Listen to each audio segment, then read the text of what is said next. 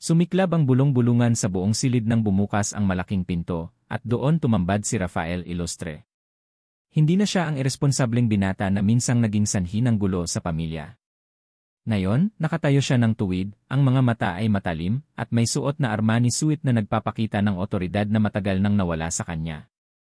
Sa bawat hakbang patungo sa pinuno ng mesa, naramdaman ni Rafa ang pag-igting ng tensyon, lalo na mula sa lalaking nakaupo sa dulo, ang kanyang sariling ama. Pilit niyang pinigil ang bugso ng galit na bumubulwak sa dibdib. 3 taon. 3 taon ng paghihirap at pagpapatunay sa sarili, para lamang harapin muli ang malamig na tingin at paghamak ng kanyang ama.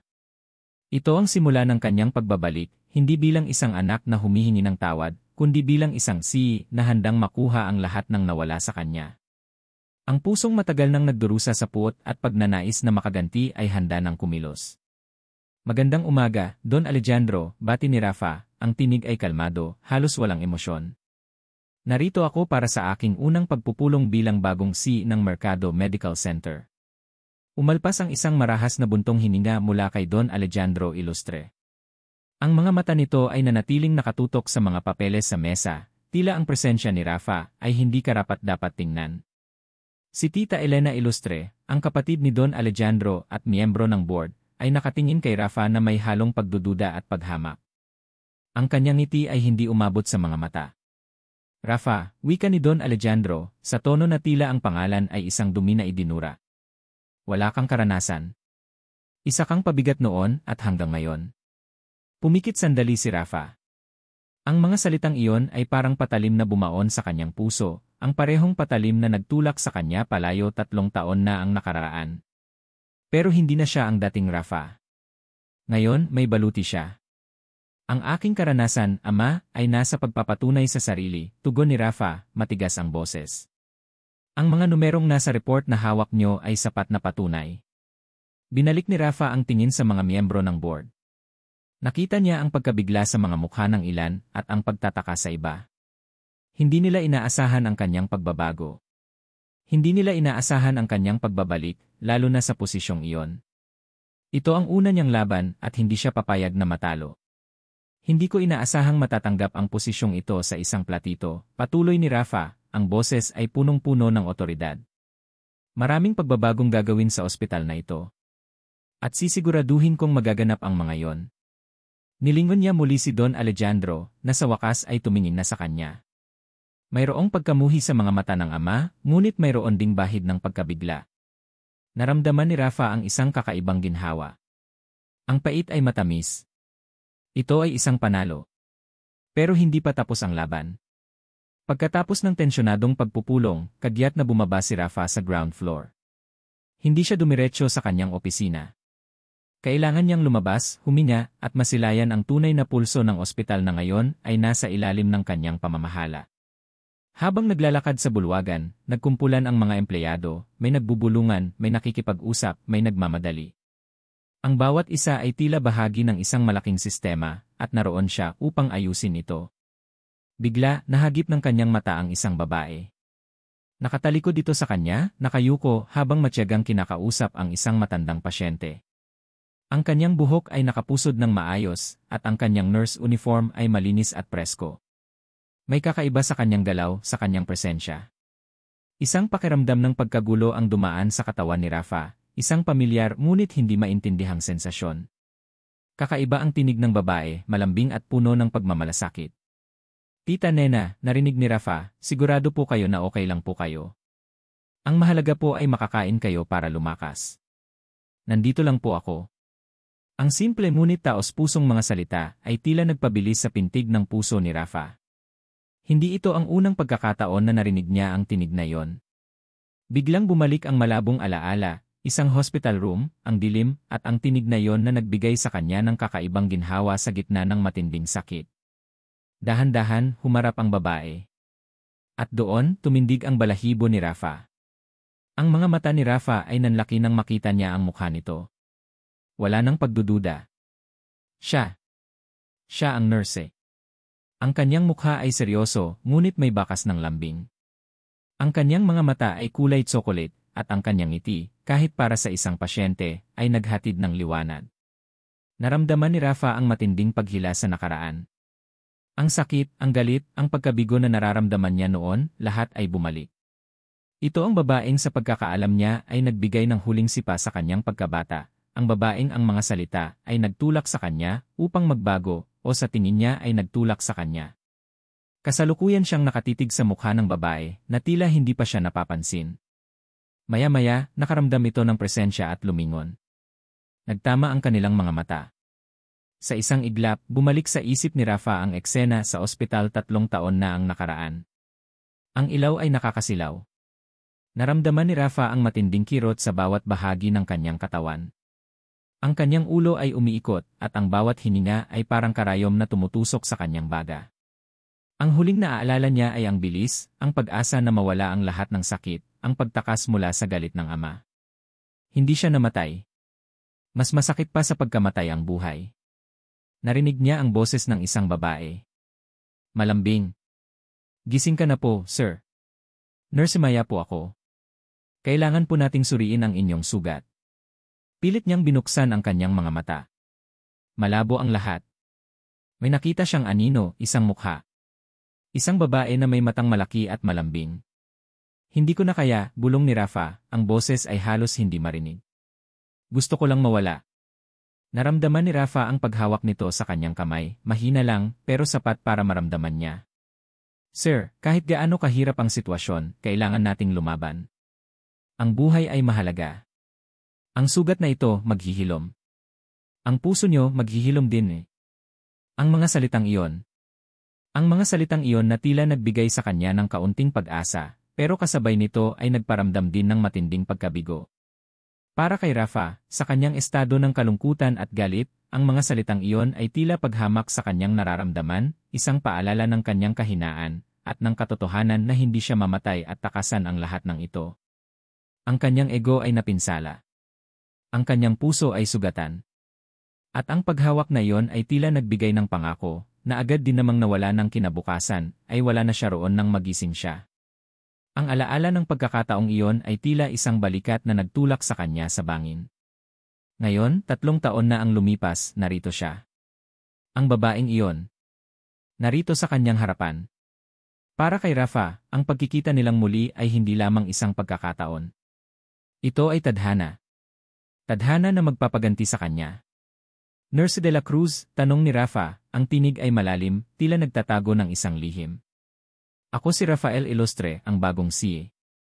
Nagulat si Maya. Yumuko siya ng bahagya. Magandang umaga po, sir. Paumanhin po, hindi ko po kayo napansin kaagad. Huwag kang mag-alala, sabi ni Rafa, sinuklian ang kanyang ngiti, ngunit ang ngiting iyon ay hindi umabot sa kanyang mga mata. Sa katunayan, ikaw ang hinahanap ko. Nagtaka si Maya. Ako po, sir. Sagot ni Rafa. Nabalitaan ko ang iyong dedikasyon at ang iyong galing sa trabaho. Kailangan ko ng isang taong may malalim na pagkaunawa sa operasyon ng ospital, isang taong makakatulong sa akin na ayusin ang mga sistema dito.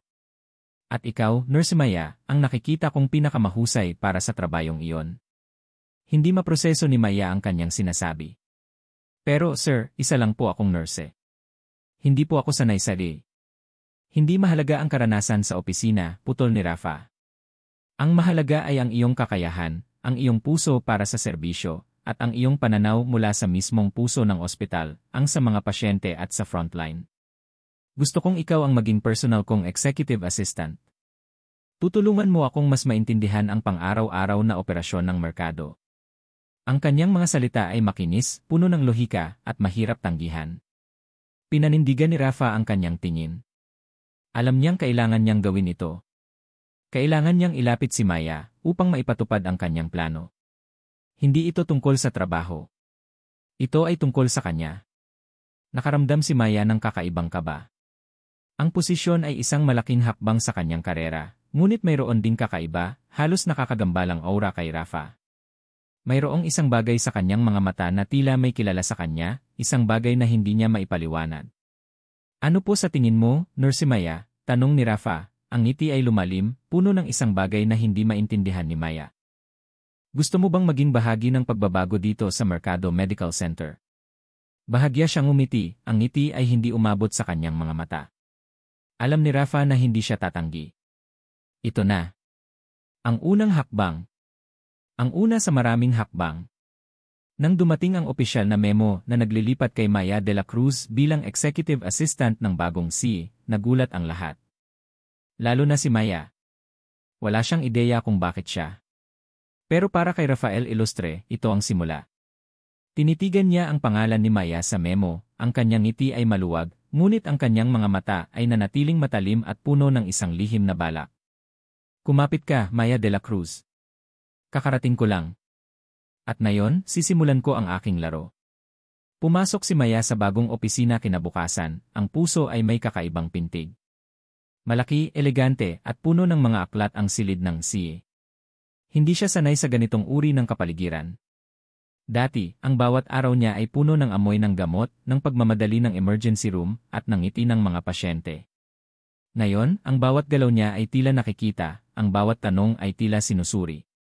At ang dahilan ng lahat ng ito ay si Rafael Ilustre. Nakaupo si Rafa sa kanyang swivel chair, ang mga siko ay nakapatong sa mesa, at nakatingin kay Maya ng may kakaibang pagkainteres. Masyadong malalim ang kanyang tingin, masyadong matagal. Naramdaman ni Maya ang pamumula ng kanyang pisngi. Magandang umaga, Nurse Maya, bati ni Rafa, may ngiti sa labi. Kape? Or mas gusto mo ba ng tsaa? Kape po, sir. Salamat, sagot ni Maya, ang boses ay bahagyang nanginginig. Ibinaba ni Rafa ang folder na binabasa at tumayo. Lumapit siya sa coffee maker. Maya, tawag niya, hindi Nurse Maya. Alam kong bago ka sa ganitong setting. Pero huwag kang mag-alala.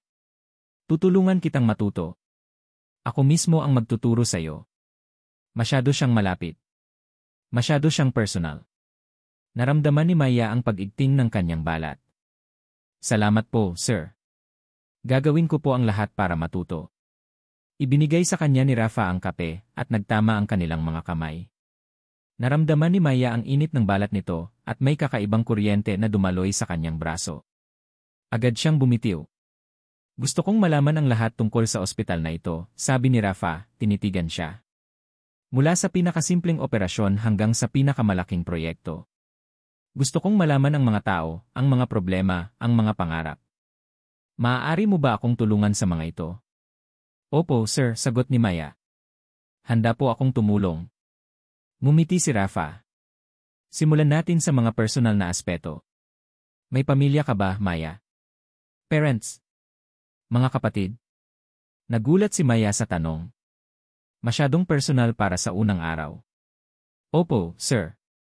Mayroon po akong 2 kapatid. Nasa probinsya po ang mga magulang ko. Talaga? Anong probinsya? Tanong ni Rafa, tila interesado talaga. Mahilig ka bang umuwi? Patuloy ang mga tanong niya. Tungkol sa pamilya niya, sa paborito niyang pagkain, sa libangan niya. Naramdaman ni Maya ang unti-unting pagkabagabag. Bakit interesado ang CEO sa mga ganitong bagay? Hindi ba dapat tungkol sa trabaho lang?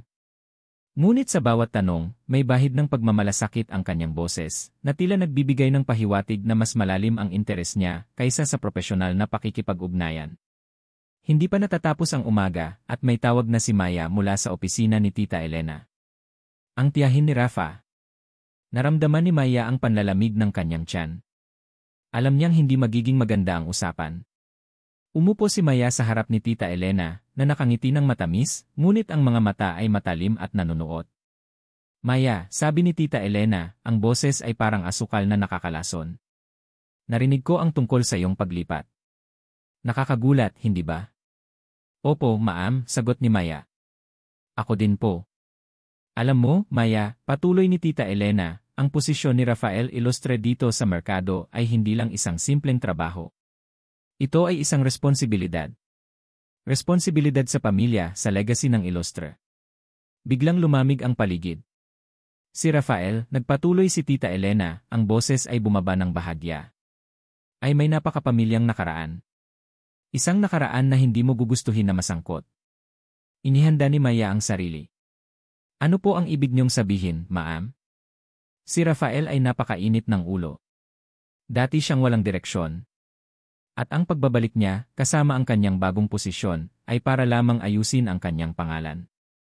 Ang aming pamilya ay may mga plano para sa kanya. Mga plano na hindi kasama ang sinumang nasa labas. Ang huling salita ay tila may lamang banta. Naiintindihan mo ba ang ibig kong sabihin, Maya? Tanong ni Tita Elena, ang kanyang ngiti ay mas lalong naging matamis. Hindi mo gugustuhin na masangkot sa mga bagay na hindi mo maintindihan. Lalo na kung ang pamilya Ilustre ang kalaban mo. Biglang inilabas ni Tita Elena ang isang puting sobre. Isang munting token of appreciation para sa iyong serbisyo, sabi niya, itinulak ang sobre sa harap ni Maya. Isipin mo itong pampasimula. Marami pa akong pipiliin mong maging matalino. Ang sobre ay malaki, at naramdaman ni Maya ang kapal ng laman nito. Pera. Binabayaran siya para lumayo. Ang kanyang puso ay kumirot. Ma'am, hindi ko po maintindihan. Kailangan mo, sabi ni Tita Elena, ang kanyang mga mata ay nanunuot. Ang Mercado Medical Center ay hindi lang isang ospital. Ito ang Ilustre. At hindi namin hahayaan na may makasira sa aming pangalan o sa kinabukasan ng aking pamangkin. Tumayo si Maya, ang sobre ay nanatiling hindi nagagalaw sa mesa. Ma'am, salamat po sa inyong babala. Pero ang paglipat ko po ay desisyon po ni Sir Rafael. At gagawin ko lang po ang trabaho ko. Kung gayon, sabi ni Tita Elena, ang ngiti ay nawala. Matalinong pagpili.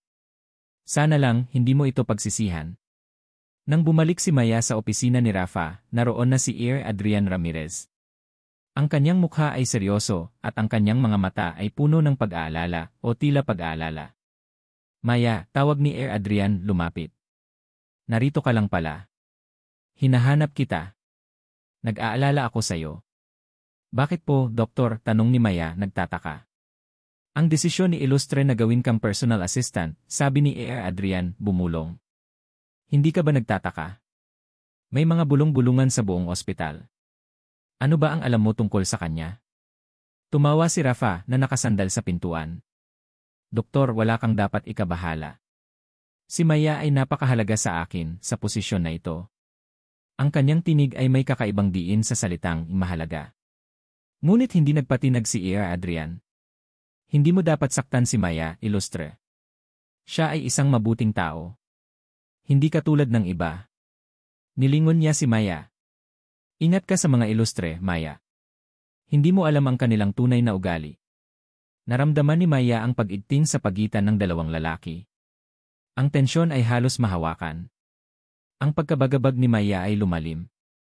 Bandang hapon, habang inaayos ni Maya ang ilang dokumento para kay Rafa, napansin niya ang isang kakaibang bagay. Nakasabit ang balikat ni Rafa sa kanyang polo shirt. Sa likod ng kanyang kaliwang braso, may isang mahaba, lumang peklat. Isang malalim na peklat. Tinitigan ni Maya ang peklat. Biglang bumalik ang isang malabong alaala. Ang parehong peklat.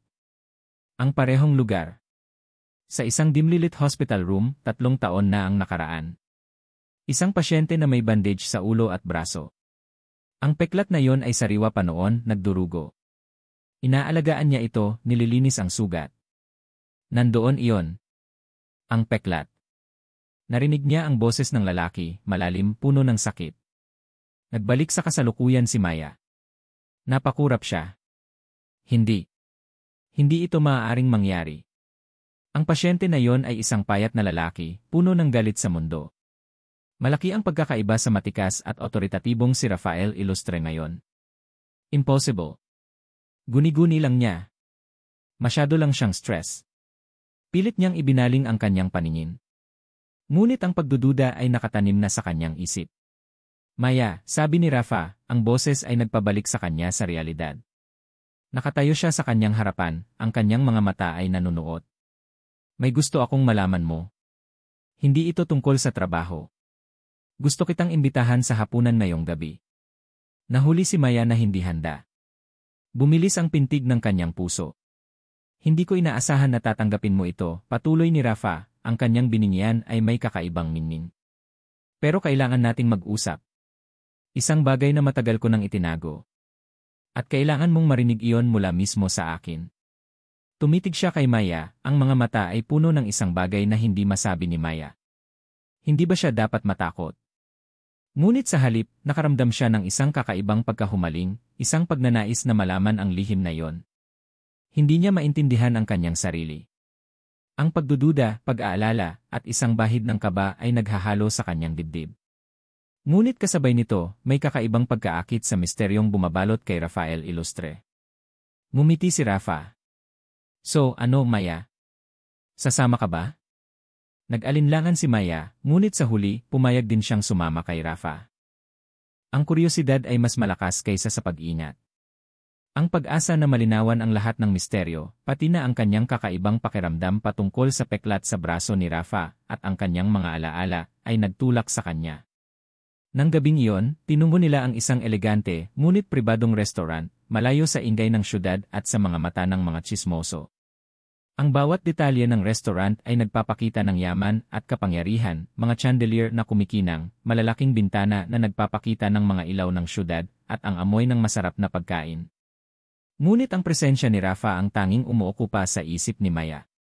Nakaupo si Rafa sa tapat niya, ang mga mata ay nakatutok sa kanya, ang ngiti ay kakaiba. Salamat sa pagpunta, Maya, sabi ni Rafa, ang boses ay malambing, malayo sa otoridad na narinig niya sa opisina. Alam kong kakaiba ito. Okay lang po, sir, sagot ni Maya, gusto ko rin pong malaman kung ano po ang dahilan ng lahat ng ito. Ngumiti si Rafa. Rafa na lang. Please. Nag-aalangan si Maya, ngunit tumango din Rafa. Gusto kong malaman mo na hindi ako ang taong nakita mo noong una, simula ni Rafa. Ang kanyang boses ay naging seryoso. Hindi ako ang perpektong anak, hindi ako ang paborito. Lumaki ako sa ilalim ng anino ng aking ama, si Don Alejandro. Kailangan kong sundin ang kanyang mga gusto, kailangan kong maging perpekto. Ngunit hindi ako ganun. Gusto ko lang maging malaya. Gusto ko lang makatakas. Napayuko si Rafa, at naramdaman ni Maya ang isang kakaibang kirot sa kanyang puso. Ito ang unang pagkakataon na nakita niya si Rafa na tila mahina, tila nagtatago ng isang malaking pasakit.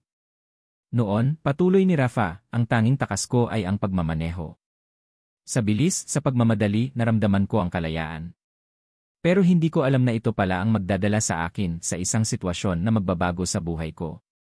Biglang nagbago ang ekspresyon ni Rafa. Tinitigan niya si Maya. At sa araw na yon, ikaw ang nakita ko. Naramdaman ni Maya ang pamumula ng kanyang mukha. Natulala siya.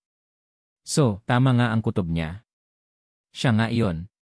Naaalala mo ba ang pasyenteng iyon, Maya? Tanong ni Rafa. Ang pasyenteng punong-puno ng galit at sakit. Ang pasyenteng halos sumuko na sa buhay. Nanginginig ang boses ni Maya. Opo, Rafa. Naaalala ko. Pero paano eh? Ako yon, Maya, putol ni Rafa. Ako ang pasyenteng iyon. At ikaw ang nurse na nag-alaga sa akin. Ikaw ang nagbigay sa akin ng mga salita na sa tingin ko noon ay nagtulak sa akin sa bangin. Ang mga salita na sa tingin ko ay paghamak sa aking nararamdaman. Rafa, hindi ko po intensyon na saktan kayo, sabi ni Maya, nalilito. Bilang isang nurse, tungkulin ko po na magbigay ng pag-asa sa mga pasyente. Hindi ko po inakala na ganoon ang inyong mararamdaman. Iyon ang hindi mo alam, Maya, sabi ni Rafa, ang kanyang mga mata ay nanunuot. Nasa pinakamababa ako noon. Pakiramdam ko wala na akong halaga. At ang mga salita mo, para sa akin, ay tila nagpapatunay lang sa lahat ng iyon. Naramdaman ni Maya ang pagbagsak ng kanyang puso. Ito ba ang nilihim na nais niyang sabihin? Ang isang pagkakamali niya na naunawaan ng mali. Pagkatapos noon, umalis ako sa Pilipinas, patuloy ni Rafa. Pinatunayan ko sa aking sarili na kaya kong tumayo sa sarili kong mga paa. Ginawa ko ang lahat para magbago. Para mapatunayan sa ama ko na may halaga ako. At para din sa iyo, Maya. Para iparamdam sa iyo na hindi ako ang lalaking nakita mo noon. At para din magbalik ng utang na loob sa iyong tulong. Ang huling salita ay may bahid ng pagkadiskombre. Ngumiti si Rafa, isang ngiti na hindi na maintindihan ni Maya. At ngayon, narito ako. Bilang CEO ng Mercado Medical Center. Bilang isang Rafael Ilustre na handa nang makuha ang lahat ng gusto niya. At iyon ay kasama ka, Maya. Niyaya ni Rafa si Maya sa gitna ng restaurant sa harap ng lahat. Inabot niya ang kamay ni Maya at lumuhod. Ang kanyang mga mata ay mataman, ngunit may kakaibang pagmamalaki sa kanyang tingin. Maya de la Cruz, sabi ni Rafa, ang boses ay sapat na malakas para marinig ng lahat. Alam kong mabilis ito. Pero simula noong araw na yon, nang una kitang makita, hindi ka na nawala sa isip ko.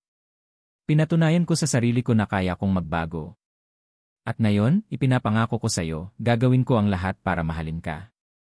At makuha ka. Naramdaman ni Maya ang pagkabigla ng kanyang buong pagkatao. Hindi ito isang simpleng panliligaw. Ito ay isang deklarasyon. Isang deklarasyon na may kalakip na isang malalim na misteryo at isang pait na alaala. Narinig niya ang bulungan ng mga tao sa paligid. Ang iba ay kinikilig, ang iba ay nagtataka. Ngunit para kay Maya, ito ay isang bagyo ng emosyon. Ang banta ni Tita Elena ay bumalik sa kanyang isip. Ang pagdududa kay Rafa ay lumalaki. Sa kabilang banda, sa isang sulok ng restaurant, mayroong isang figura na nakasaksi sa lahat ng ito. Si Don Alejandro Iloster. Ang kanyang mukha ay pulang-pula sa galit, ang kanyang mga kamay ay mahigpit na nakakuyom. Ang ginawa ni Rafa ay isang malaking insulto sa kanya, sa kanilang pamilya. Biglang tumayo si Don Alejandro. Ang kanyang mga mata ay nanunuot, direktang nakatingin kay Rafa, at may babala sa kanyang mga mata. Ngunit hindi alintana ni Rafa. Nakatutok ang kanyang mga mata kay Maya, na nag-iisip kung ano ang kanyang gagawin. Naramdaman ni Maya ang pag-igting ng tensyon. Sa isang panig, ang matamis na deklarasyon ni Rafa. Sa kabilang panig, ang galit ni Don Alejandro. At sa gitna siya. Kailangan mo nang magdesisyon, Rafael, bulong ni Don Alejandro, ngunit sapat na malakas para marinig ni Rafa. Hindi mo ito maaaring gawin sa amin. May mga plano kami para sa'yo. Mga plano na hindi kasama ang babaeng iyan. Ngunit nakatingin pa rin si Rafa kay Maya. Hinawakan niya ng mahigpit ang kamay nito, tila umaasa ng isang sagot. Kailangan mong sumama sa akin, Maya, sabi ni Rafa, ang kanyang boses ay halos nagmamakaawa, ngunit may bahid pa rin ng pagnanais na makuha. Kailangan mong lumaban kasama ako. Para sa ating dalawa. Nanatiling nakaluhod si Rafa, ang kanyang mga mata ay nagmamakaawa. Ano ang kanyang gagawin? Ang puso ni Maya ay nalilito. Gusto niyang tumakbo. Ngunit may isang bahagi sa kanya na gusto ring maniwala kay Rafa, sa matinding emosyon na nakikita niya sa mga mata nito. Maya, tanong ni Rafa.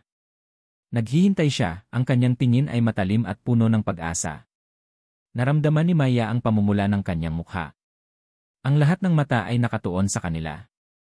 Ang kanyang puso ay kumalabog ng malakas. Ano ang isasagot niya? Ang ultimatum ni Don Alejandro ay tila bumubulong sa kanyang tainga. Ang banta ni Tita Elena ay nanunuot sa kanyang isip. Ngunit ang mga mata ni Rafa ay tila humihiling ng isang bagay na lampas sa kanyang pag-unawa. Pilit niyang hinahanap ang sarili sa gitna ng kaguluhan.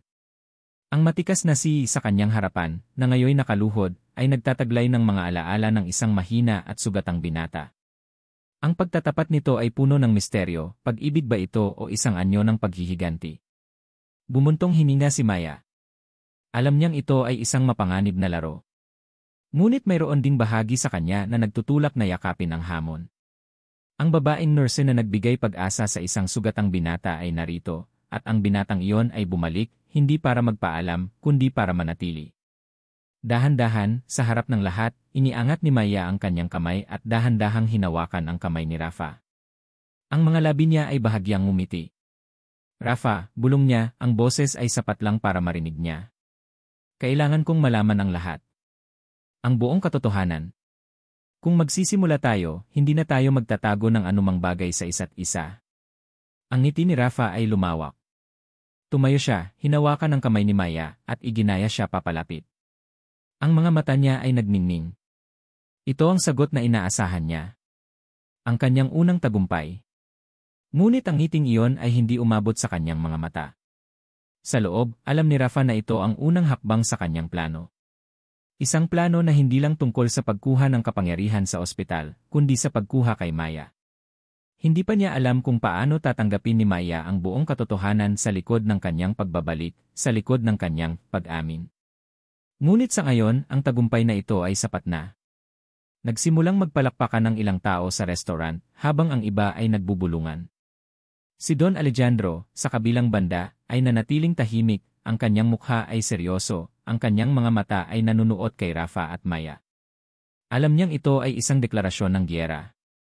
Umalis si Don Alejandro sa restaurant, ang kanyang mga hakbang ay mabibigat at puno ng galit.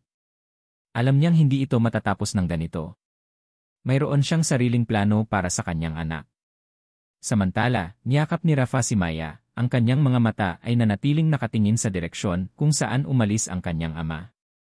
Isang ngiti ang sumilay sa kanyang labi, isang ngiti na may bahid ng paghihiganti. Ito na, ama. Isip ni Rafa. Nagsisimula pa lang ang lahat. Ngunit sa gitna ng kanyang plano, naramdaman din ni Rafa ang kakaibang kaba. Ang yakap ni Maya ay tila nagbibigay sa kanya ng kapayapaan na matagal na niyang hinahanap. Hindi kaya, sa gitna ng paghahanap niya ng paghihiganti, ay unti-unti na rin siyang nahuhulog sa kanyang biktima. Ang isip niya ay naguguluhan. Ang plano ay malinaw. Pero ang puso niya nag-aalinlangan. Inalis ni Rafa ang pagkakayakap kay Maya. Hinawakan niya ang kamay nito mahigpit. Simula ngayon, Maya, hindi na tayo magtatago ng anuman sa isa't isa. Ito ang pangako ko. Ngunit sa kanyang puso, may isang lihim na nanatiling nakatago, isang lihim na maaaring sumira sa lahat. Ang tunay na dahilan ng kanyang pagbabalik. Ang tunay na dahilan ng kanyang ipag-amin. Kumapit ka, Maya. Dahil sa pagtatapos ng larong ito, hindi mo na malalaman kung sino ako talaga. At sa kabila ng lahat ng kaligayahan sa sandaling iyon, nangingibabaw ang pagdududa sa puso ni Maya. Ang kanyang hinala sa peklat, ang kakaibang ngiti ni Rafa, at ang pakiramdam na may isang bagay na mali ay nanatili. Naramdaman ni Maya ang pamumuo ng lamig sa kanyang likod. Ang mga mata ni Tita Elena at Iya Adrian ay tila bumubuta sa kanya, puno ng pagbabanta. Mas lalong humigpit ang hawak ni Rafa sa kanyang kamay, tila nagbibigay ng pahiwatig na huwag pansinin ang dalawa. Huwag mo silang pansinin, Maya, bulong ni Rafa, ang kanyang tinig ay kalmado, ngunit may bahid ng pagkalagot. Hindi nila kayang sirain ang ating sandali. Ngunit paano niya hindi papansinin? Ang mga tingin nila ay parang punyal na tumatama sa kanyang balat. Ang galit na nakikita niya sa mga mata ng dalawa ay nagbigay sa kanya ng kakaibang kaba. Ito ang simula. Ang simula ng mga hamon na sinabi ni Tita Elena. Kinabukasan, lumikha ng ingay ang balita tungkol sa pagtatapat ni Rafa kay Maya. Hindi na Nurse Maya ang tawag sa kanya. Siya na ang i-girlfriend ng ang babaeng pinili ni Rafael Ilustre. Ang mga bulong-bulungan sa buong Mercado Medical Center ay tila lumalaki sa bawat sulok. Ang mga tingin ng iba pang mga nurses at staff ay halo-halo, may paghanga, may inggit, at may pagtataka. Naramdaman ni Maya ang bigat ng mga tingin. Tuwing dadaan siya sa hallway, nagbubulungan ang mga tao. May narinig siyang nagsabi, ano kaya ang nakita ni Sir Rafa sa isang ordinaryong nurse?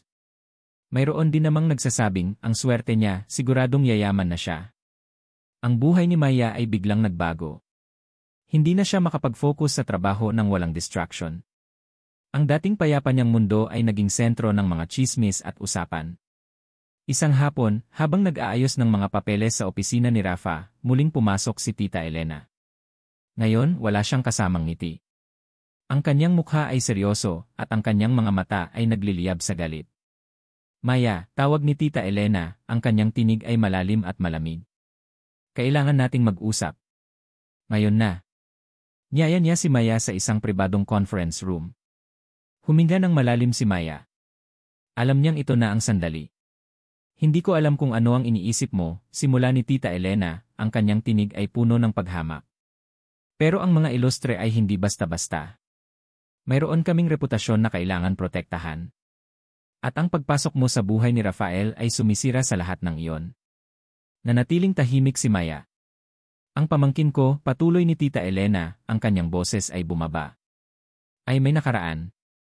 Isang nakaraan na hindi mo gugustuhin na malaman. At ang kanyang pagbabalik, ang kanyang posisyon, ay para sa mas malaking layunin. Layunin na hindi kasama ang sinumang kagaya mo. Inilabas ni Tita Elena ang isang checkbook.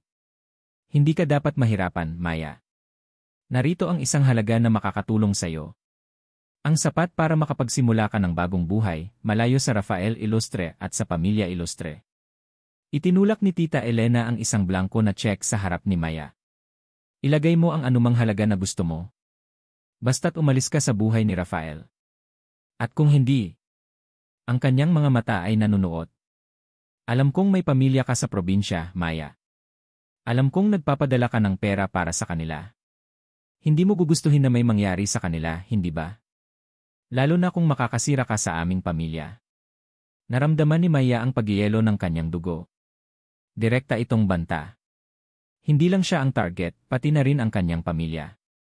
Ma'am, hindi ko po kayang tanggapin ito, sabi ni Maya, ang kanyang boses ay nanginginig. Hindi po mabibili ang pagmamahal. At hindi po ako alis dahil lang sa pera. Tumawa si Tita Elena, isang malamig na tawa. CJ, kung iyan ang gusto mo. Pero tandaan mo ang sinabi ko, Maya. May mga bagay na mas mahalaga kaysa sa pera. Ang buhay ng mga mahal mo sa buhay. At kung patuloy kang mananatili sa tabi ni Rafael, hindi ko masisiguro ang kanilang kaligtasan. Tumayo si Tita Elena at lumabas ng conference room, iniwan si Maya na nag-iisa, nalalamig at puno ng takot. Nang gabing iyon, matapos ang isang nakakapagod na araw, napagdesisyonan ni Maya na kailangan niyang makapag-isip ng mag-isa. Naglakad siya papunta sa parke, sa ilalim ng mga bituin, para huminga. Ngunit hindi pa man siya nakakarating, may sumalubong sa kanya. Si Adrian Ramirez. Maya, tawag ni Adrian, ang kanyang mukha ay puno ng pag-aalala. Salamat at nagkita tayo.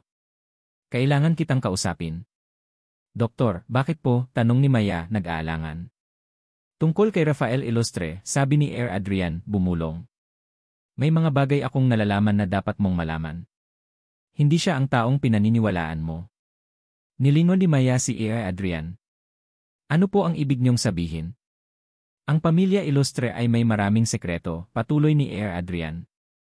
At si Rafael, kahit na ipinapakita niyang nagbago na siya, ay may mas malalim na plano. Hindi lang tungkol sa ospital ito. Tignan mo kung gaano niya kabilis nakuha ang iyong loob. Lahat ng ito ay parte ng kanyang laro. At ikaw ang pawn. Naramdaman ni Maya ang pagbagsak ng kanyang puso. Ito ba ang katotohanan? Ang pagdududa na matagal na niyang nararamdaman ay tila kinukumpirma. Hindi ko gustong saktan ka, Maya, sabi ni Adrian, hinawakan ang kanyang balikat. Pero kailangan mong mag-ingat. May mga bagay na mas malalim kaysa sa nakikita mo. Bumalik si Maya sa kanyang apartment ng gabing iyon, ang kanyang isip ay puno ng mga pagdududa. Ang mga salita ni Tita Elena, ang babala ni Adrian, at ang kakaibang pag-ugali ni Rafa. Lahat ay nagtuturo sa iisang direksyon, may itinatago si Rafa. Kinaumagahan, pumasok si Rafa sa opisina na may malaking ngiti. Maya! Good morning! May sorpresa ako sa'yo. Inabot niya ang isang kahon ng tsokolate at isang bouquet ng pulang rosas. Para sa'yo, sabi ni Rafa, ang kanyang mga mata ay kumikinang. Para sa iyong dedikasyon at para sa lahat ng tulong mo. Ngumiti si Maya, ngunit ang kanyang ngiti ay hindi umabot sa kanyang mga mata. Sa kabila ng lahat ng matatamis na gestures ni Rafa, nanatili ang kanyang pagdududa. Mayroon pa ring isang bagay na hindi magtugma. Rafa, sabi ni Maya, ang kanyang boses ay seryoso. May gusto akong itanong sa'yo. Nilingon siya ni Rafa, ang kanyang ngiti ay nanatili. Ano yon, Maya? Ang peklat mo sa braso, simula ni Maya, ang kanyang boses ay nanginginig. Nasaan mo yon nakuha? Biglang nawala ang ngiti ni Rafa. Ang kanyang mga mata ay nanlaki. Naramdaman ni Maya ang pag-igting ng balat nito. Ang mga mata ni Rafa ay nanuot sa kanya, tila sinusuri ang kanyang kaluluwa. Ang kanyang mukha ay biglang naging seryoso. Ang tensyon ay muling bumalik sa pagitan nila. Alam mo na ba, tanong ni Rafa, ang kanyang boses ay malalim, halos bulong. Ang totoo. Cliffhanger. Habang nakatitig si Rafa kay Maya, at ang tensyon ay nasa sukdulan, biglang inabot ni Rafa ang kamay ni Maya, at dahan-dahan niyang hinawakan ang peklat sa braso niya. Sa pagdampi ng daliri ni Maya, bumalik sa isip niya ang isang napakalinaw na alaala, hindi lang ang peklat, kundi ang mukha ng pasyenteng iyon, ang kanyang mga mata, at ang kanilang pag-uusap. Napahinto si Maya, ang kanyang mga mata ay nanlaki sa pagkagulat. Ang kanyang hinala ay kinumpirma. Nang dumampi ang daliri ni Maya sa peklat sa braso ni Rafa, para siyang nahulog sa isang malalim na balon ng mga alaala. Hindi na malabo ang mga imahe. Malinaw na. Ang dimly lit hospital room. Ang amoy ng gamot. Ang tunog ng monitor. At ang mukha ng binatang punong-puno ng galit at sakit. Siya nga. Ang kanyang puso ay kumalabog ng malakas, halos marinig niya ang sarili. Ang kanyang hinala ay kinumpirma. Ngunit sa pagkakumpirma na iyon, sumiklab din ang isang halo-halong emosyon, pagkabigla, pagkabalisa, at isang matinding pagtataka. Bakit siya nagtatago? Bakit niya ito ipinagtanggol? Ikaw, Lee. Bulong ni Maya, ang kanyang boses ay halos hindi marinig. Ikaw nga ang pasyenteng iyon. Nilingon siya ni Rafa, ang kanyang mga mata ay seryoso. Hindi ko akalain na maaalala mo pa ako, Nurse Maya. Maya, putol ni Maya, Maya na lang. Umurong siya ng bahagya, tila mayroong isang invisible na pader na itinayo sa pagitan nila. Bakit? Bakit mo itinago? Bakit mo ako nilapitan sa ganitong paraan? Umiwas ng tingin si Rafa. Ang kanyang pamilyar na ngiti ay nawala, napalitan ng isang ekspresyon ng pagkabagabag. Hindi ko alam kung paano ipapaliwanag. Hindi mo alam, tumawa si Maya, isang mapait na tawa. 3 taon, Rafa. 3 taon. At ngayon, ikaw ang ang Rafael Ilustre na tila perpekto at makapangyarihan. Habang ang pasyenteng iyon ay halos sumuko sa buhay. Naramdaman ni Rafa ang sakit sa boses ni Maya. Maya, hindi ganoon. May dahilan ako. Dahilan, ulit ni Maya. Ano? Para gawin akong laruan? Para paglaruan ang aking damdamin? Para maghiganti sa isang nurse na ginawa lang ang kanyang trabaho? Hindi makasagot si Rafa. Ang mga salita ni Maya ay tila bumaon sa kanyang puso. Naramdaman ni Maya ang pagtaas ng kanyang galit. Alam mo ba kung gaano kahirap para sa akin na harapin ang mga ilustre? Ang mga banta ni Tita Elena. Ang mga bulong-bulungan sa buong ospital. At ikaw, nasa likod ng lahat ng ito, nagtatago ng isang malaking sikreto. Tumalikod si Maya, ang kanyang mga kamay ay mahigpit na nakakuyom.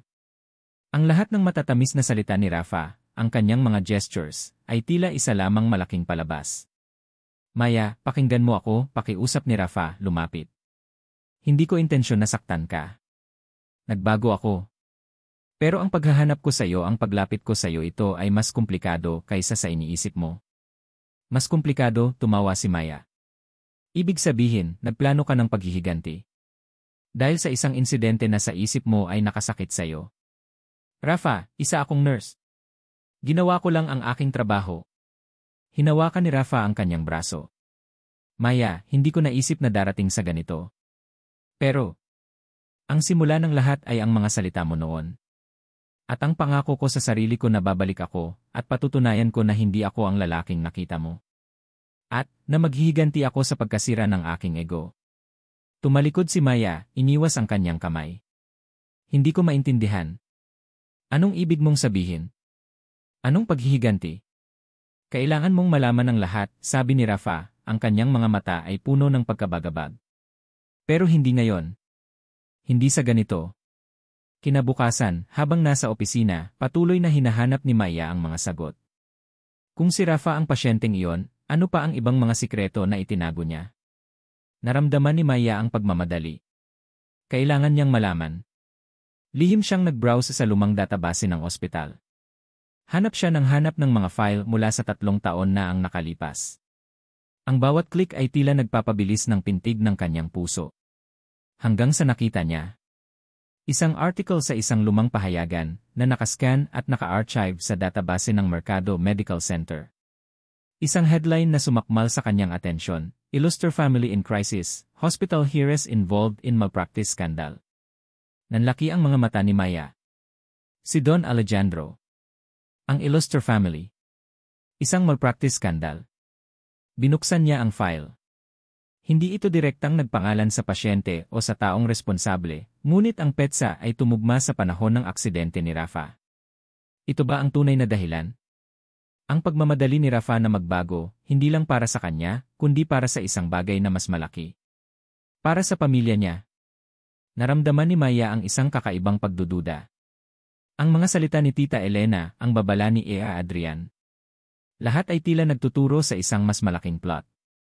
Si Rafa ba ay ginagamit lang din? O siya ang gumagamit? Nabalik ang tingin ni Maya sa screen. Ang article ay nagpapahiwatig ng posibleng cover-up. Isang malaking malpractice case na biglang nanahimik. Ang pangalan ni Don Alejandro ay nabanggit bilang chairman ng board noong panahong iyon. Maya, narinig niya ang boses ni Rafa sa likod niya. Napakagatlabi si Maya, mabilis na isinara ang file. Ngunit huli na. Nakita na ni Rafa ang huling bahagi ng screen. Ano ang ginagawa mo? Tanong ni Rafa, ang kanyang boses ay malamig. May hinahanap ka ba? Nilingon ni Maya si Rafa. Ang kanyang mukha ay seryoso, ang kanyang mga mata ay matalim. Alam niyang nakita niya. Rafa, sabi ni Maya, ang kanyang boses ay nanginginig. Ano ito? Ano ang ibig sabihin ng article na ito? Ano ang itinatago ng pamilya mo? Lumapit si Rafa, ang kanyang mga mata ay nanunuot. Hindi na siya ang Rafa na nagtatago ng kanyang damdamin. Ngayon, ang kanyang mga mata ay puno ng isang bagay na mas komplikado, galit, takot, at isang uri ng desperasyon. Hindi mo dapat nakita yan, Maya, sabi ni Rafa, ang kanyang boses ay halos bulong. Hindi ka dapat masangkot sa mga bagay na ito. Pero sangkot na ako, Rafa, giit ni Maya. Dahil sa'yo. Dahil sa mga sikreto mo. Ano ang itinatago nyo? Mayroon bang malaking problema ang Ilustre? At konektado ba yan sa aksidente mo? Nag-aalangan si Rafa. Ang kanyang mukha ay puno ng pagkabagabag. Ang kanyang sikreto ay unti-unti nang nabubunyag. At ang babaeng mahal niya, o ang babaeng kailangan niyang mapasaya para sa kanyang plano, ay nasa gitna ng lahat ng ito. Maya, sabi ni Rafa, ang lahat ng ito ay hindi tungkol sa'yo. Pero ngayon na alam mo na, mas naintindihan mo kung bakit ako bumalik. At kung bakit kita hinahanap. Naramdaman ni Maya ang lamig. Ang mga salita ni Rafa ay tila nagpapahiwatig na may mas malalim na dahilan ang lahat ng kanyang ginagawa. At ang dahilan na yon ay hindi lang tungkol sa paghihiganti. Nagmamadaling umalis si Rafa, iniwan si Maya na nakatayo sa gitna ng opisina, hawak ang sobrang nahulog mula sa bulsa nito. Ang kanyang puso ay kumalabog ng malakas. Legal notice, Mercado Medical Center, allegation of fund misappropriation and cover-up. Ang mga salita ay tila bumubuta sa kanyang isip. Hindi lang ito tungkol sa isang lumang malpractice case. Mayroon pa palang mas malalim. Naramdaman ni Maya ang pamamanhid. Ang lahat ng pagdududa, ang lahat ng babala, ay biglang nagkaroon ng kahulugan. Si Rafa, ang kanyang aksidente, ang kanyang biglaang pagbabalik bilang ang kanyang pag-ibig, para sa kanya lahat ba ay konektado sa isang malaking plano na hindi niya alam. Ang kanyang kamay ay nanginginig habang dahan-dahan niyang binuksan ang sobre. Sa loob ay may mga kopya ng lumang financial reports at mga legal na dokumento na nagpapahiwatig ng mga irregularidad sa pondo ng ospital na nangyari sa panahon ng pamamahala ni Don Alejandro. Hindi ito simpleng malpractice. Ito ay pandaraya. Biglang bumalik sa isip ni Maya ang alaala ng gabing nagtapat si Rafa sa restaurant. Ang mga salita niya, para din sa iyo, Maya. Para iparamdam sa iyo na hindi ako ang lalaking nakita mo noon. At para din magbalik ng utang na loob sa iyong tulong. At ang kanyang kakaibang ngiti. Ang kanyang kakaibang diin sa salitang tulong. Naramdaman ni Maya ang isang malamig na alon ng pagkatakot. Ang mga mata ni Tita Elena. Ang mga babala ni Adrian. Ang lahat ay unti-unting nabubuo. Hindi. Hindi ito maaaring mangyari. Kinaumagahan, nang bumalik si Rafa sa opisina, seryoso ang kanyang mukha. Lumapit siya kay Maya, ang kanyang mga mata ay nanunuot. Maya, nasaan ang sobrang nahulog sa akin kahapon? Naramdaman ni Maya ang panlalamig ng kanyang tiyan. Ang lahat ng katapangan na binuo niya ay biglang nawala. Nasa akin, sabi ni Maya, ang kanyang boses ay halos hindi marinig. Ano ito, Rafa? Ano ang ibig sabihin ng lahat ng ito? Umiwas ng tingin si Rafa. Huminga siya ng malalim, tila naghahanda para sa isang malaking pagtatapat. Maya, alam kong nasasaktan kita. At alam kong naguguluhan ka.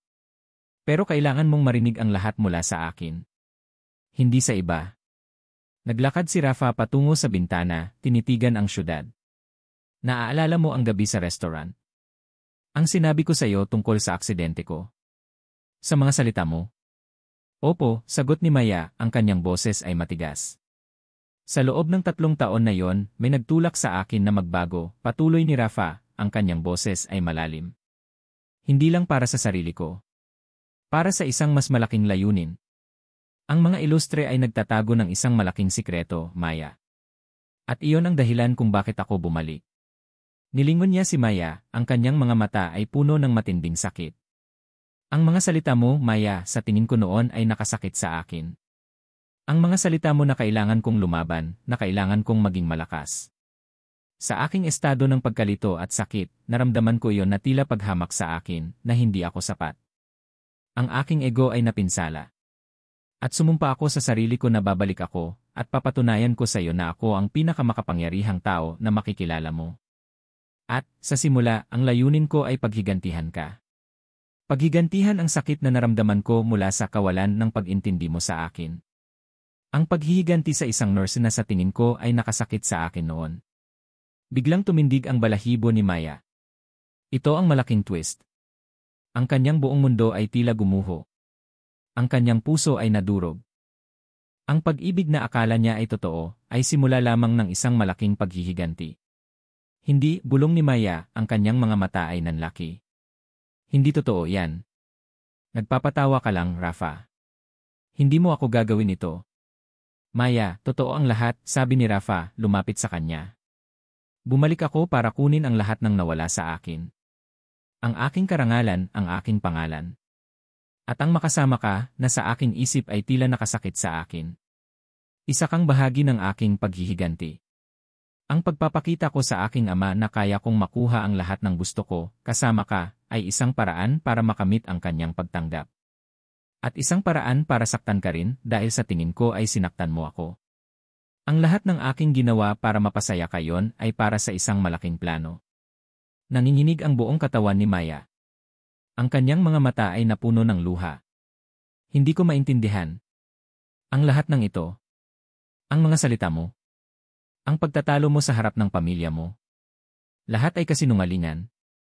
Hindi, putol ni Rafa, hinawakan ang kanyang mga kamay. Hindi lahat. Sa simula. Pero habang lumalapit ako sa iyo, habang nakikita ko ang iyong kabutihan, ang iyong dedikasyon. Maya, nagbago ang pakiramdam ko.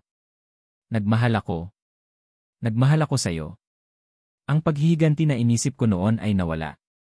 Ang lahat ng ginagawa ko ngayon, hindi na para sa paghihiganti. Kundi para sa iyo. At para maayos ang mga problema ng pamilya ko. Itinulak ni Maya si Rafa. Hindi. Hindi ko kayang maniwala sa iyo. Lahat ng sakit na naramdaman ko dahil sa mga ilustre, dahil sa mga plano mo. Akala ko, totoo ka. Akala ko, mahal mo ako.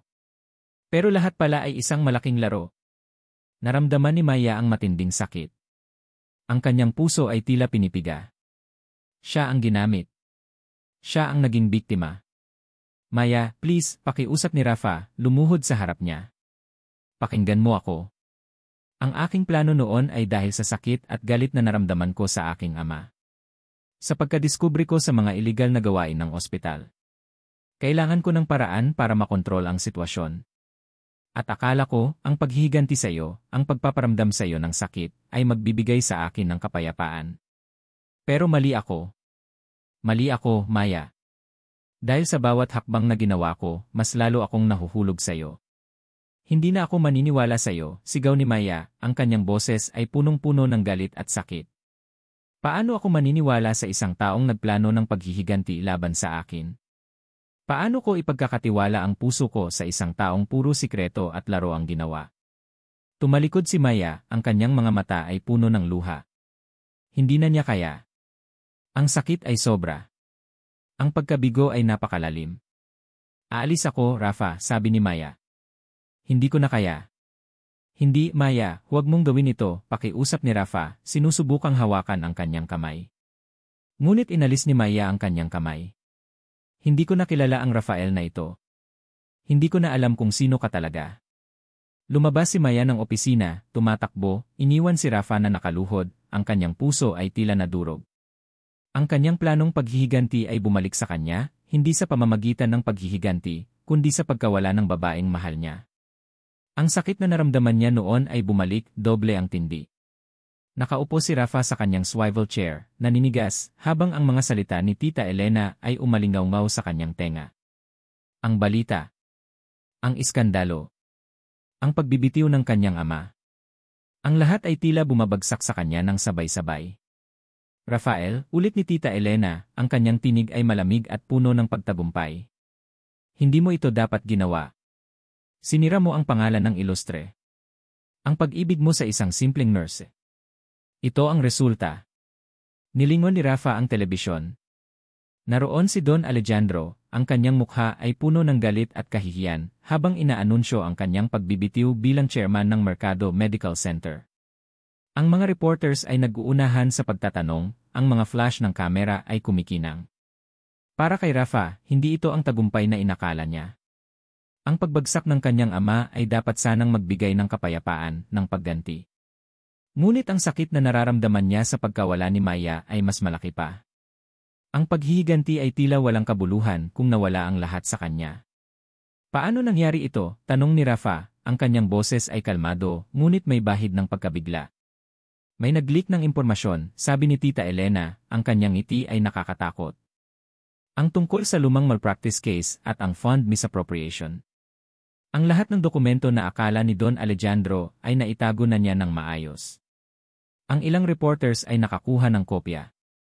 At ngayon, nagkalat na ang balita. Alam ni Rafa. Alam niya kung saan nagmula ang mga dokumentong iyon. Galing sa kanya. Hindi niya sinasadya na mailabas ang lahat, ngunit sa kanyang pagmamadali upang ayusin ang lahat, sa kanyang pagtatago ng totoo kay Maya, nagkamali siya. Anong gusto mong gawin? Tanong ni Rafa, tumayo. Ang gusto naming gawin, sabi ni Tita Elena, ang kanyang mga mata ay nanunuot. Ay ayusin ang gusot na ito. At ang solusyon ay simple. Kakalimutan mo ang nurse na yon. At susundin mo ang aming plano. Magpapakasal ka kay Attorney Isabela Reyes, ang anak ng isa sa pinakamakapangyarihang abogado sa bansa. Malilinis niya ang pangalan ng ilustre. At makukuha mo ang suporta ng pamilya nila. Naramdaman ni Rafa ang pag-igting ng kanyang panga. Hindi ko gagawin yan. Hindi ko iiwan si Maya. Tumawa si Tita Elena. Rafael, hindi mo nahawak ang iyong posisyon sa ngayon. Ang pangalan mo ay nasira na rin. Kung hindi ka susunod sa amin, mawawala ang lahat. Pati ang kinabukasan ng Mercado Medical Center. At si Maya siya ang magiging sentro ng iskandalo na ito. Gusto mo ba yan? Naramdaman ni Rafa ang pagkabigla. Ang banta sa buhay ni Maya ay mas mabigat kaysa sa kanyang sariling paghihiganti. Pakiusap Elena, bulong ni Rafa. Huwag mong saktan si Maya. Kung gayon, sabi ni Tita Elena, alam mo na ang gagawin. Pumili ka, Rafael. Ang iyong pamilya at ang kinabukasan ng ilustre, o ang isang nurse na sumira sa lahat ng ito. Hindi na makatrabaho si Maya. Matapos ang pagtatapat ni Rafa, at ang balita tungkol sa iskandalo ng ilustre, nagpasya siyang umuwi. Ang kanyang isip ay puno ng galit, sakit at pagkabigo. Ang kanyang telepono ay patuloy na nagriring, ngunit hindi niya sinasagot. Ayaw niyang kausapin si Rafa. Ayaw niyang marinig ang anumang kasinungalingan. Nag-scroll siya sa balita sa kanyang cellphone. Ang mukha ni Don Alejandro ay nasa bawat headline. Ang Mercado Medical Center ay sentro ng iskandalo. At ang kanyang pangalan, ang kanyang mukha, ay unti-unti nang lumalabas sa mga balita bilang ang nurse na naging dahilan ng pagbagsak ng ilustre. Biglang may kumatok sa kanyang pinto. Si Adrian. Maya, maayos ka lang ba? Tanong ni Adrian, ang kanyang mukha ay puno ng pag-aalala. Nabalitaan ko ang lahat. Ang tungkol sa ilustre. At ang tungkol sa iyo at kay Rafael. Nilingon ni Maya si Adrian. Ang kanyang mga mata ay puno ng luha. Hindi ko maintindihan, Doktor. Bakit? Bakit niya ginawa ito sa akin? Sinabi ko na sa iyo, Maya, sabi ni Adrian, umupo sa tabi niya. Ang mga ilustre ay mapanlin lang. At si Rafael, mas malala pa sa kanyang ama. Ang lahat ng ginawa niya sa iyo ay bahagi ng kanyang plano. Ang pagkuha sa iyo para masaktan ang kanyang ama. Ginagamit ka lang niya. Naramdaman ni Maya ang sakit sa mga salita ni Adrian. Mas lalo siyang nadurog. Pero bakit ako? Dahil ikaw ang kahinaan niya, sabi ni Adrian.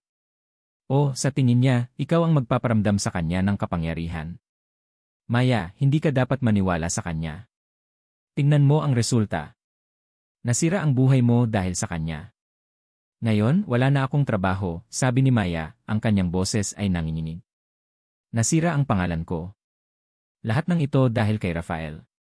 Hindi mo na kailangan ng merkado, Maya, sabi ni Adrian, hinawakan ang kanyang mga kamay. Mayroon akong plano. Maaari tayong magsimula muli. Magtatayo ako ng sarili kong klinik. At ikaw ang magiging chief nurse ko. Malayo sa lahat ng ito. Nag-alinlangan si Maya. Ang plano ni Adrian ay tila isang paraan para makatakas. Makatakas mula sa sakit, mula sa iskandalo, mula kay Rafa. Maya, sabi ni Adrian, ang kanyang mga mata ay puno ng pag-asa. Mayroon akong tunay na pagmamalasakit sa iyo. Hindi katulad ni Rafael. Handa akong gawin ang lahat para sa iyo. Handa akong protektahan ka. Naramdaman ni Maya ang pagkalito. Ang mga salita ni Adrian ay tila totoo, tila nagbibigay ng pag-asa. Ngunit mayroon pa ring isang bahagi sa kanya na nagdududa. Samantala, sa opisina ni Rafael, galit na galit si Don Alejandro. Paano mo nagawa ito, Rafael? Sigaw ni Don Alejandro. Ang lahat ng pinaghirapan ko. Lahat ay nasira dahil sa iyo. Dahil sa iyong pagmamahal sa isang simpleng nurse. Hindi ka karapat-dapat sa pangalang ilustre. Ama, hindi mo maintindihan, sabi ni Rafa, ang kanyang boses ay kalmado. Ginawa ko ito para sa iyo. Para malinis ang pangalan ng merkado. Para ayusin ang iyong mga pagkakamali. Mga pagkakamali, tumawa si Don Alejandro. Ang mga pagkakamali mo ang nakikita ko, Rafael. Ikaw ang pabigat. Ikaw ang sumira sa lahat. Naramdaman ni Rafa ang matinding sakit sa mga salita ng kanyang ama. Ang parehong sakit na naramdaman niya 3 taon na ang nakaraan. Ang parehong galit. Alam mo ba kung gaano kahirap para sa akin ang lahat ng ito, Ama? Sigaw ni Rafa, ang kanyang boses ay puno ng galit. Lumaki ako sa ilalim ng iyong anino. Kailangan kong maging perpekto. Kailangan kong gawin ang lahat para maging karapat-dapat sa iyong pagtanggap. Ang aksidente ko, ang pagkawala ko, ang lahat ay dahil sa iyo. Nagulat si Don Alejandro sa pagsabog ni Rafa. At ngayon, patuloy ni Rafa, ang kanyang mga mata ay puno ng luha. Nawala ang lahat. Nawala si Maya. Nawala ang respeto ko sa sarili ko. Lahat ng ito, Ama, dahil sa iyo. Naramdaman ni Rafa ang pagbagsak ng kanyang puso. Ito ang pinakamababang punto ng kanyang buhay. Nawala si Maya. Nawala ang kanyang ama.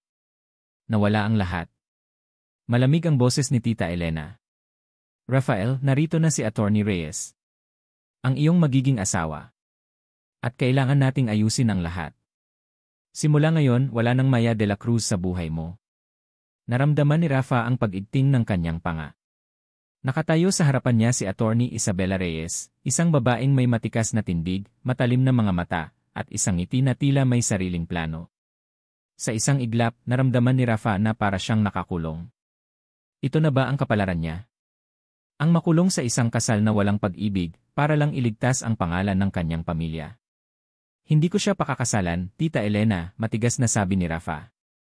Rafael, huwag kang maging tanga, sigaw ni Don Alejandro, nakakabawi pa lang mula sa pagkabigla. Ito ang tanging paraan para malinis ang pangalan ng ilustre. At ang pangalan mo.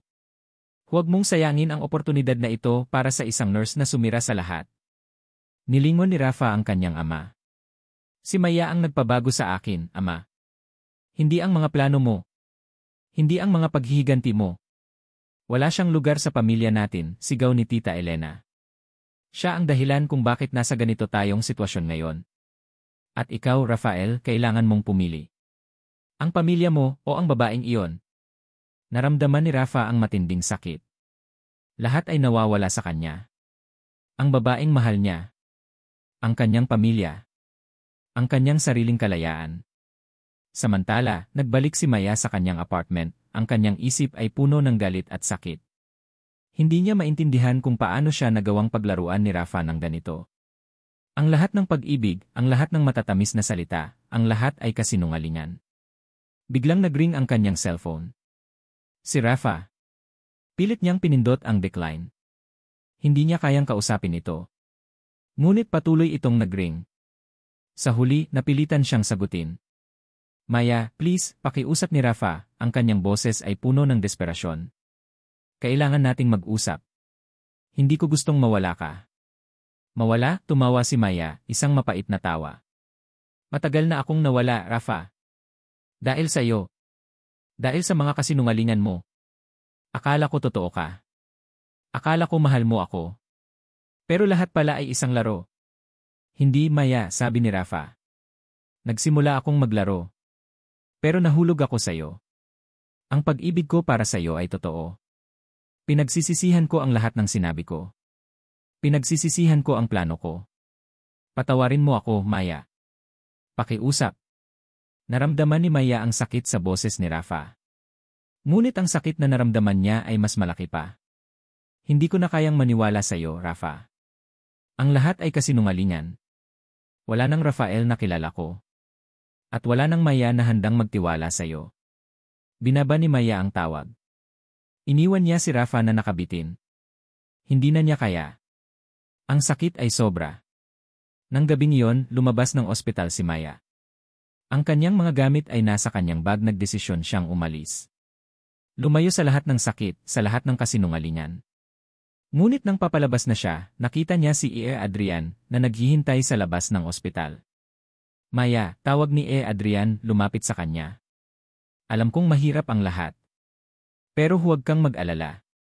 Magkasama nating lalakbayin ito. Handa akong gawin ang lahat para sa'yo. Handa akong protektahan ka. Naramdaman ni Maya ang pag-igting. Ang mga salita ni E. Adrian ay tila totoo. Ang kanyang pagmamalasakit ay tila totoo. Salamat, Adrian, sabi ni Maya. Pero kailangan ko munang mag-isa. Kailangan kong mag-isip. Naiintindihan ko, sabi ni E. Adrian, ang kanyang mga mata ay puno ng lungkot. Pero tandaan mo, Maya. Hindi ka nag-iisa. Nandito lang ako para sa'yo. Umalis si Maya. Habang naglalakad siya sa gitna ng dilim, naramdaman niya ang matinding pagkalungkot. Nawala ang trabaho niya. Nawala ang kanyang dignidad. At nawala ang taong minsan niyang minahal o akala niya ay minahal niya. Ang lahat ay nawala. Wala na siyang matatakbuhan. Wala na siyang matitiwalaan.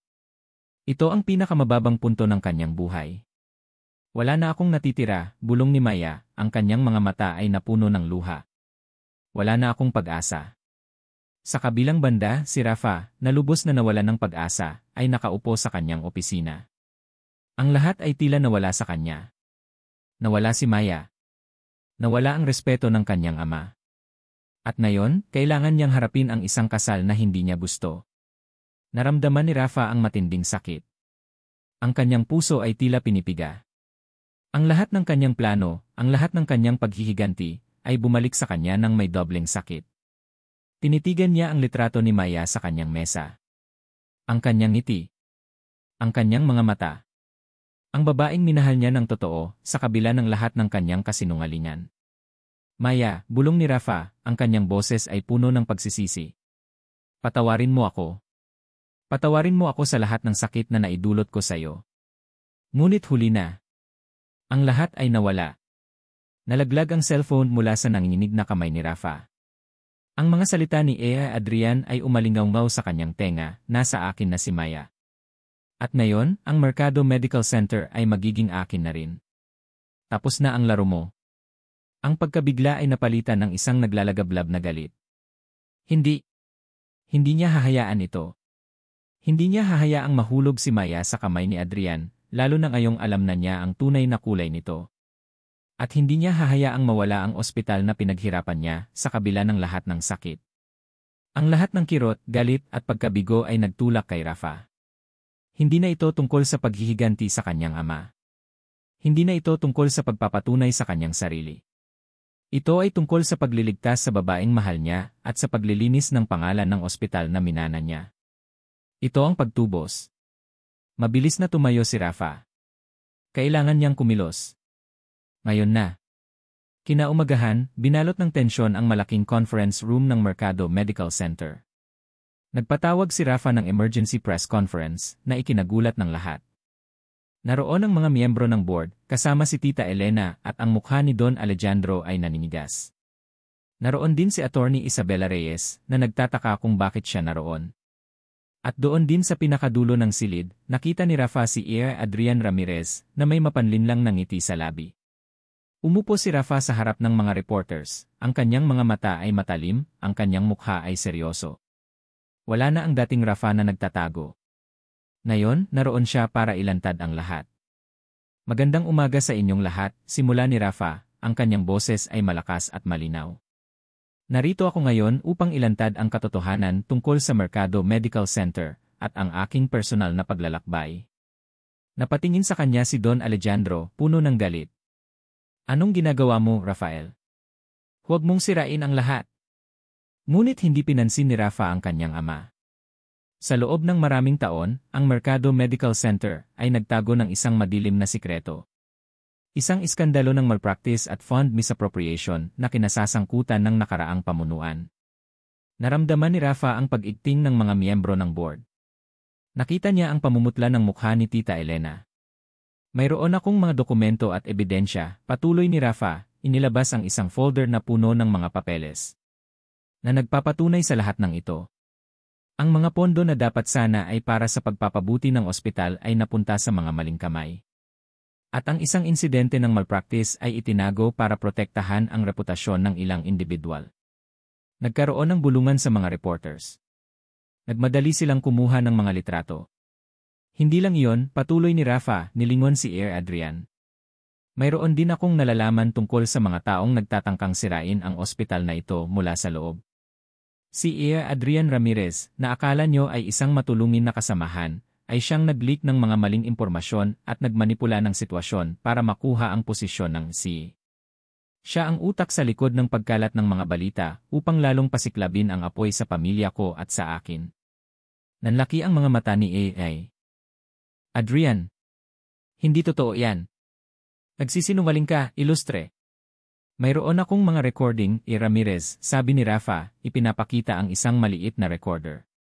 Mga recording ng iyong pag-amin at ng iyong mga plano. At mayroon din akong mga testimonya mula sa mga taong iyong ginamit. Naging puting-puti ang mukha ni A.A. Adrian. Nagmadali siyang tumayo para umalis, ngunit huli na. Hinarang na siya ng mga security guards. Ngayon, ang lahat ng mata ay nakatuon kay Rafa. Ang tensyon ay nasa sukdulan. Alam kong may kasalanan ako sa lahat ng ito, sabi ni Rafa, ang kanyang boses ay naging malambing. Sa simula, bumalik ako para maghiganti. Maghiganti sa aking ama na sa tingin ko ay sumira sa akin. At maghiganti kay Maya de la Cruz na sa aking pagkalito at sakit ay inakala kong sinaktan ako. Naramdaman ni Rafa ang pagtaas ng kanyang emosyon. Ang kanyang mga mata ay napuno ng luha. Pero habang lumalapit ako kay Maya, habang nakikita ko ang kanyang kabutihan at ang kanyang pagmamahal na intindihan ko. Nagkamali ako. Ang aking paghihiganti ay naging pag-ibig. At ang lahat ng ginawa ko, ang lahat ng kasinungalingan, ay dahil sa takot at sakit na matagal ko nang itinago. Ngayon, humihingi ako ng tawad, sabi ni Rafa, tumingin sa kamera. Sa lahat ng naapektuhan ng mga pagkakamali ko at ng mga ilustre. At higit sa lahat kay Maya de la Cruz. Mahal na mahal kita, Maya. At pinagsisisihan ko ang lahat ng sakit na naidulot ko sa iyo. Nilingon ni Rafa si Don Alejandro. Ama, sabi ni Rafa, ang kanyang boses ay puno ng emosyon. Alam kong galit ka sa akin. Alam kong nasaktan kita. Pero ang paggawa ng tama ay mas mahalaga kaysa sa pagtatago ng kasinungalingan. Sana, sa bandang huli ay mapatawad mo ako. At sana, matuto ka mula sa lahat ng ito. Nagkaroon ng katahimikan sa buong silid. Lahat ay nagulat sa pagtatapat ni Rafa. Hindi ito ang inaasahan nila. Naramdaman ni Rafa ang isang kakaibang ginhawa. Ang bigat na matagal niyang dinala ay tila nawala. Ngayon, malaya na siya. Sa kanyang apartment, nanood si Maya sa live stream ng press conference ni Rafa. Ang kanyang mga mata ay nanlaki sa bawat salita. Ang pagtatapat ni Rafa, ang paglalantad sa kanyang ama, at ang paghingi ng tawad sa kanya. Ang lahat ay tila isang panaginip. Ang kanyang puso ay kumalabog ng malakas. Ang sakit na naramdaman niya ay tila unti-unting nawawala, napapalitan ng isang kakaibang pakiramdam ng pag-unawa. Naintindihan niya. Naintindihan niya ang sakit ni Rafa. Naintindihan niya ang kanyang mga dahilan. Ngunit sapat na ba yon para mapatawad siya? Sapat na ba yon para kalimutan ang lahat ng sakit at kasinungalingan? Biglang nagring ang kanyang cellphone. Isang text message mula kay Rafa. Maya, sana nakita mo ang lahat.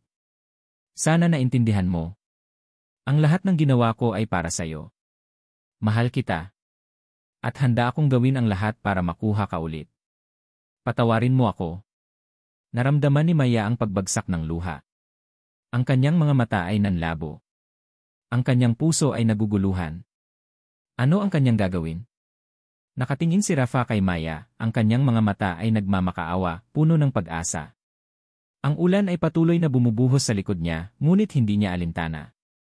Ang tanging nakikita niya ay ang mukha ni Maya, ang kanyang mga mata na puno ng pagkalito, sakit, at isang bahid ng pag-unawa.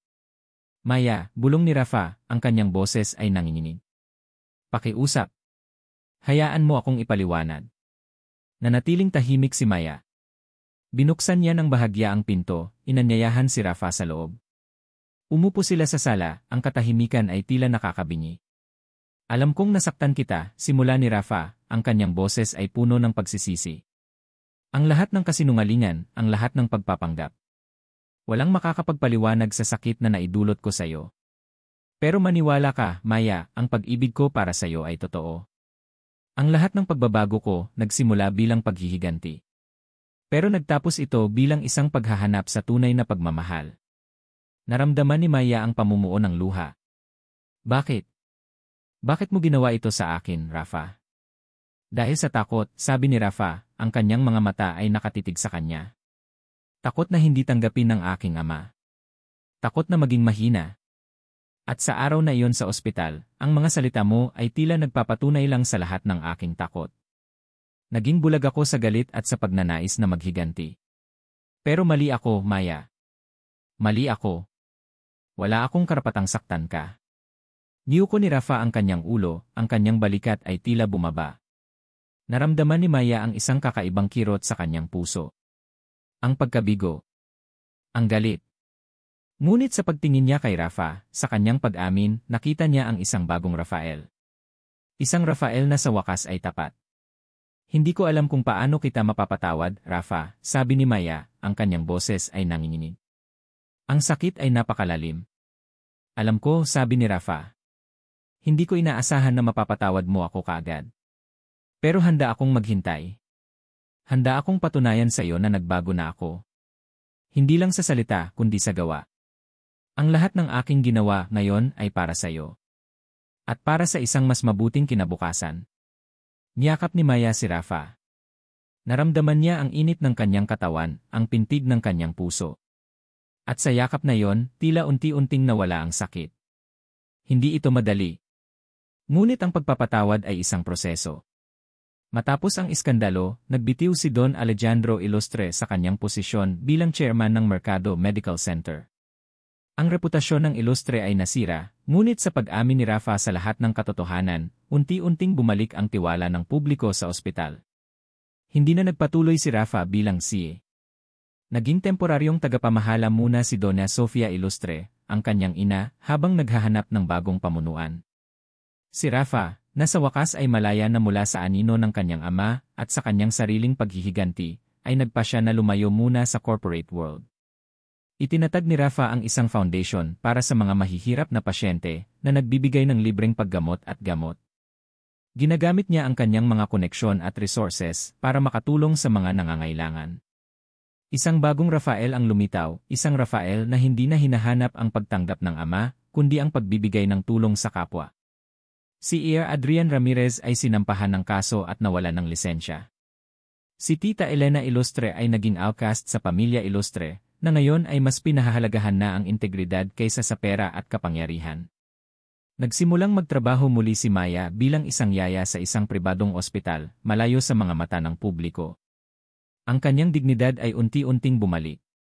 Ngunit sa bawat araw, nakatanggap siya ng mga bulaklak, mga sulat, at mga text message mula kay Rafa. Hindi niya sinagot kaagad. Kailangan niya ng oras. Kailangan niyang magpagaling.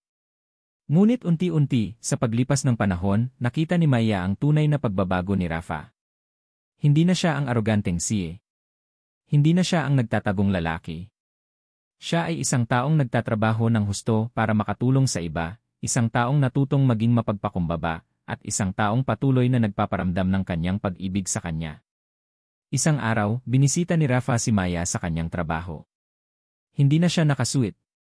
Nakasuot siya ng simple shirt at jeans. Maya, sabi ni Rafa, ang kanyang mga mata ay puno ng pag-asa. May gusto akong sabihin sa'yo. Gusto kitang yayain. Gusto kitang pakasalan. Naramdaman ni Maya ang pagbagsak ng luha. Tinitigan niya si Rafa. Ang lahat ng sakit, ang lahat ng pagkabigo, ay unti-unting nawala. Napalitan ng pagmamahal. Rafa, bulong ni Maya, ang kanyang boses ay nanginginig. Makalipas ang 1 taon, ginanap ang isang simpleng kasal sa isang hardin. Walang media, walang malaking party. Ang tanging naroon ay ang kanilang mga pamilya at malalapit na kaibigan. Nandoon si Donna Sofia, na sa wakas ay buong puso nang tinanggap si Maya. Nandoon din ang mga kapatid ni Maya na masaya para sa kanya. At sa isang sulok, nakaupo si Don Alejandro Ilustre, na sa wakas ay ngumiti. Hindi ito ang pagtanggap na matagal nang hinahanap ni Rafa, ngunit sapat na. Ang kanyang pagbabago ay nagdala ng kapayapaan sa kanyang pamilya. Hawak ni Rafa ang kamay ni Maya habang naglalakad sila sa aisle. Ang kanilang mga mata ay nagtatama. Sa bawat hakbang, naramdaman nila ang paggaling ng bawat sugat. Ang kanilang pag-ibig ay hindi nagsimula sa isang fairy tale. Nagsimula ito sa sakit, sa paghihiganti, sa kasinungalingan. Ngunit sa huli, ang pagpapatawad at pag-unawa ang nagtulak sa kanila patungo sa isang tunay na pagmamahalan. Mahal kita, Maya, bulong ni Rafa. Mahal din kita, Rafa, sagot ni Maya. Sa kanilang paglalakbay, natuklasan nila na ang pag-ibig ay hindi lamang tungkol sa kilig, kundi sa pagpapatawad, pag-unawa, at ang tapang na lumaya upang maging sino ka talaga. Ang kanilang kwento ay patunay na kahit sa gitna ng kadiliman, mayroong pag-asa. At ang tunay na pag-ibig ay laging mananaig. Mga minamahal naming tagapakinig. Isang taos-pusong pasasalamat po sa bawat isa sa inyo na naglaan ng oras at puso upang samahan kami sa bawat kabanata ng paglalakbay ni Rafael at Maya. Bilang inyong manunulat, napakalalim ng naramdaman kong koneksyon sa bawat emosyon, sa bawat pagsubok, at sa bawat tagumpay na kanilang pinagdaanan. Nagsimula ang kwentong ito sa galit at paghihiganti, sa isang paghahanap ng pagkilala at pagtubos.